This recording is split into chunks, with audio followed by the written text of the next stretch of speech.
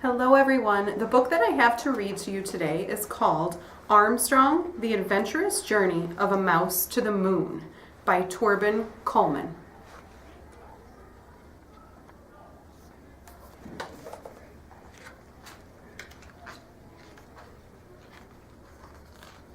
If you take a look at the first page, you can see a little mouse looking through a telescope.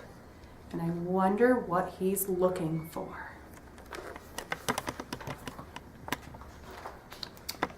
The Stargazer. A small paw turned the little wheel of a gigantic telescope, and a tiny bundle of gray fur peered through the iron tube full of glass lenses. Now the picture of the starry sky was perfectly clear. "Incredible," murmured the little mouse. Every night the mouse observed the night sky. He was particularly fascinated by the moon. At first it hung in the sky, fat and round, but then it became thinner and thinner, until there was nothing to be seen except a narrow crescent. The following night, it had disappeared completely. The little mouse recorded every detail of his observations.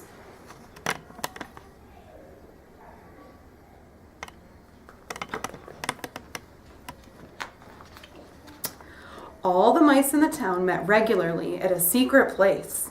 There were boxes and cartons piled right up to the ceiling, and their contents made this place into an absolute paradise for mice. The little mouse set off to meet his fellow mice there.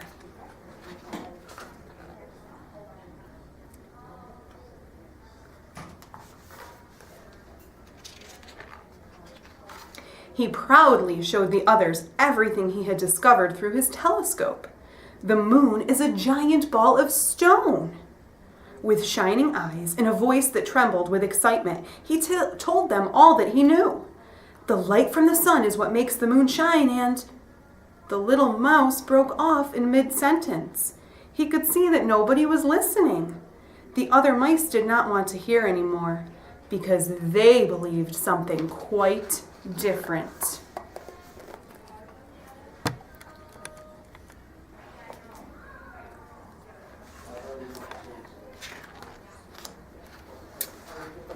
Take a look.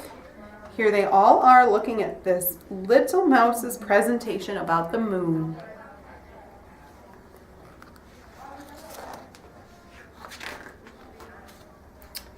The Tale of the Big Cheese. For mice, there is nothing more wonderful than cheese. Spicy or mild, creamy or hard with holes in it. Cheese runs a mouse's life. And so, for the mice, everything was crystal clear. The moon was made of cheese. How else could one explain it? The moon is a round ball and has holes in it. Sometimes it's as yellow as Gouda, then as white as Camembert, or even as reddish-orange as Leicester. And now, all of a sudden, the moon is supposed to be a ball of stone? The little mouse tried again and again to convince the other mice, and every day he reported his findings. But it was all in vain. One night, the little mouse sat sadly on a box of Parmesan.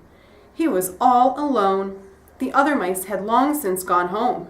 Pale moonlight shone through a small basement window, and it fell on his notes. And in the dim light, he found something. Somebody had sent him a letter. Not a big letter, such as humans would write. It was a mouse-sized letter. Quickly, he opened it. Inside the envelope was an entrance ticket. Smithsonian. The mouse could not decipher anything else, but under this printed word was a paw-written message. "You are right. Come and see me."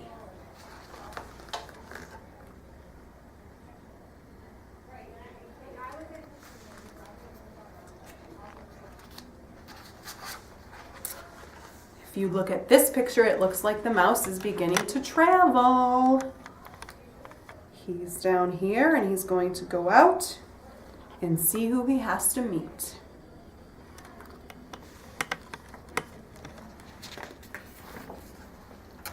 A journey into the past. Nothing is too difficult for a clever mouse, said the little mouse with a smile. He had soon found out where the mysterious letter had come from, and now he was on his way to see his unknown pen pal.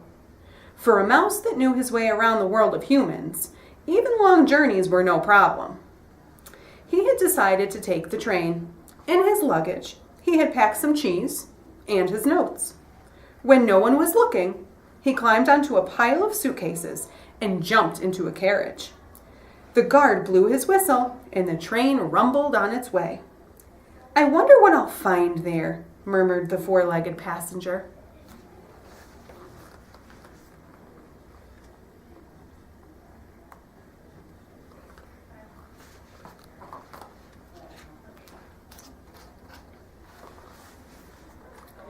Take a look. He's all the way down here at the bottom, taking everything in.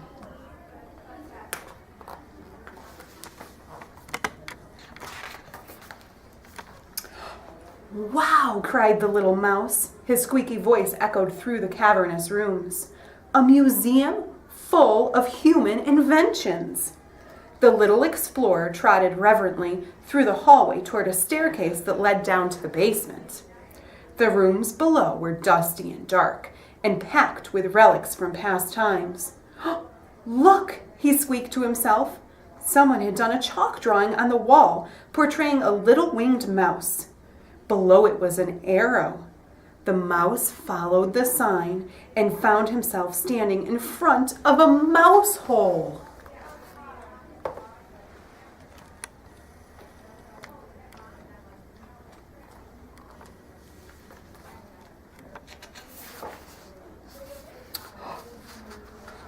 He peeks his head into that mouse hole, and what's he going to find?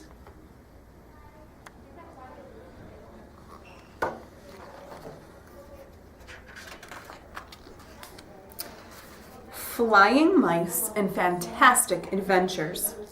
The mouse hole led straight into a large room with a low ceiling, and what the little mouse saw there took his breath away.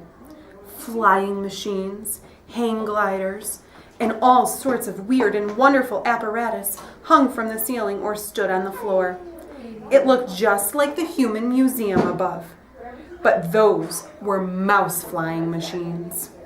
"What is this place?" whispered the little mouse in awe. "Here you can see the history of mouse aviation," said a voice that echoed through the room. "How wonderful that you've come. So you got my message?" Out of the shadow of a large flying machine stepped an old gray mouse. He smoothed his stubbly whiskers, straightened his glasses, and very formally stretched out a paw to greet the little mouse. With his other front paw, he leaned on a walking stick. "I heard about your discoveries, and I thought this place might be of interest to you.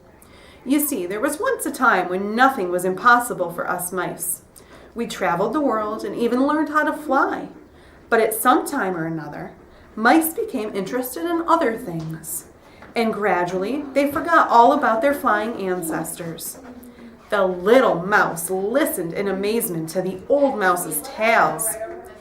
He was fascinated. So there had been flying mice in the old days. And if a mouse could learn to fly then, maybe it was possible for a mouse to fly to the moon now. "I shall be the first mouse on the moon," he cried.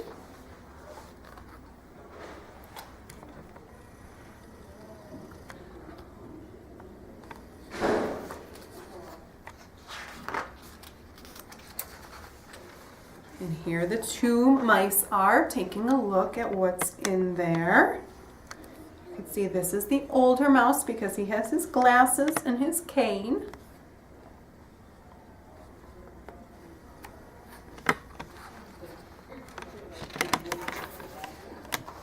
The next day, the little mouse traveled back to his hometown. His head was full of ideas and ambitious plans.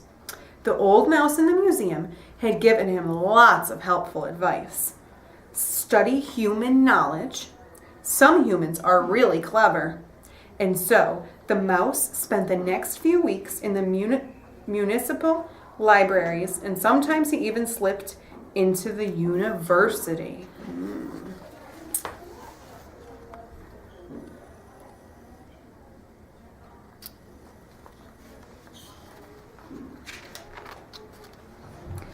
But he soon found out that the moon was a lot farther away than he had thought. And nothing and nobody had ever flown so high before. Higher than the clouds. Higher even than the air one breathes. The moon circled in the icy, airless nothingness of space. Look for the little mouse. He's right up here.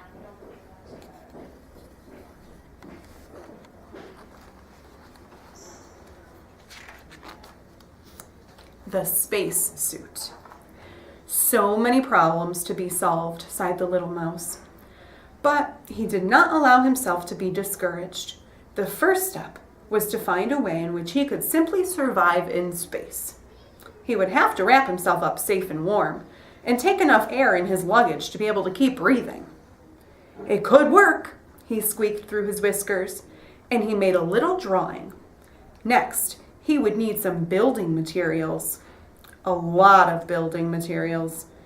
And he already had a good idea how he could test his spacesuit.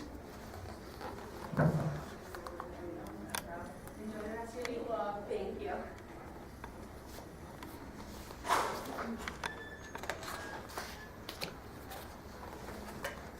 Here he is, preparing his spacesuit.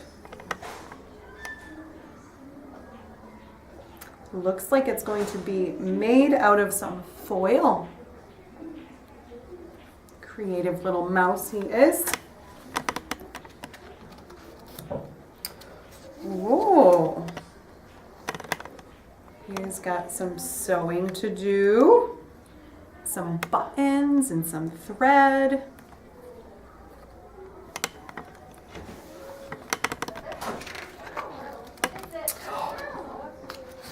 And here he tests out that spacesuit in the fish tank.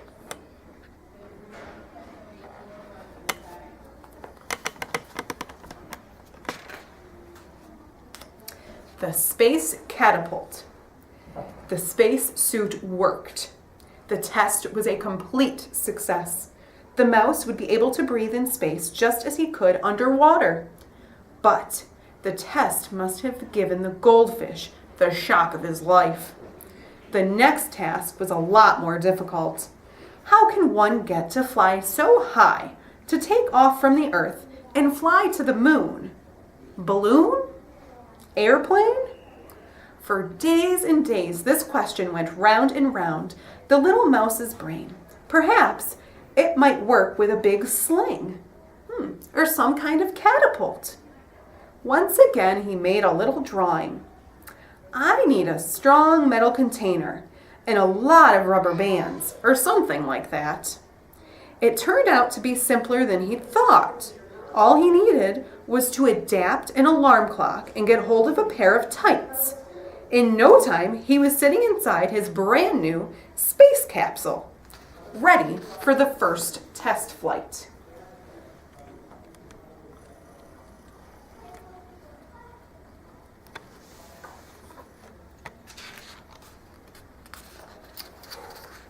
Here he is, getting ready for his test flight. He's all the way down here. Looks like he's ready to take off.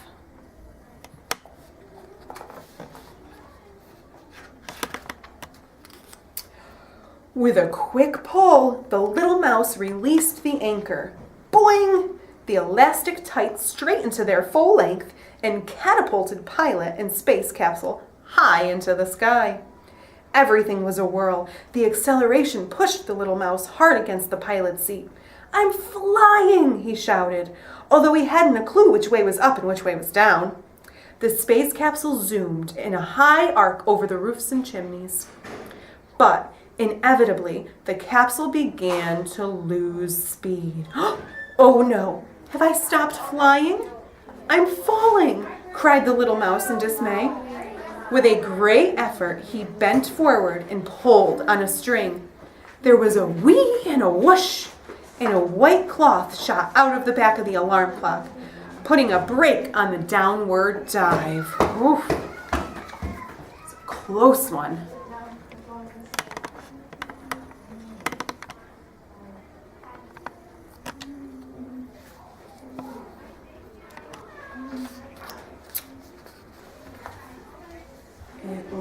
like he might be caught on something. Maybe some wire or something.